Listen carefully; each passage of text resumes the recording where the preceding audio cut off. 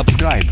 السلام عليكم ومرحبا بكم في قناة كورة جزائرية، حيث نوافيكم بكل جديد عن أخبار الكرة الجزائرية. في هذا الفيديو سوف نشرح لكم ما حدث بين يوسف بلايلي ومدرب الترجي التونسي. يوسف بلايلي غاب عن تدريبات فريقه بدون مبرر، مما أغضب إدارة ناديه والمدرب، حيث ظهر في حفل المغني الجزائري كادر الجابوني.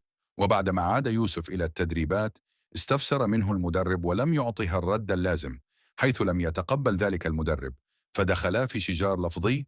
بعدها غادر بلايلي مقر التدريبات وعاد إلى الجزائر.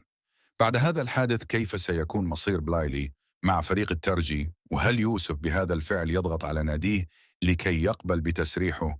لأنه حسب بعض التسريبات يريد العودة لناديه السابق مولودية الجزائر. وفي الأخير لا تنسوا الضغط على زر الإعجاب والاشتراك في القناة وتفعيل الجرس ليصلكم كل جديد. سبسكرايب.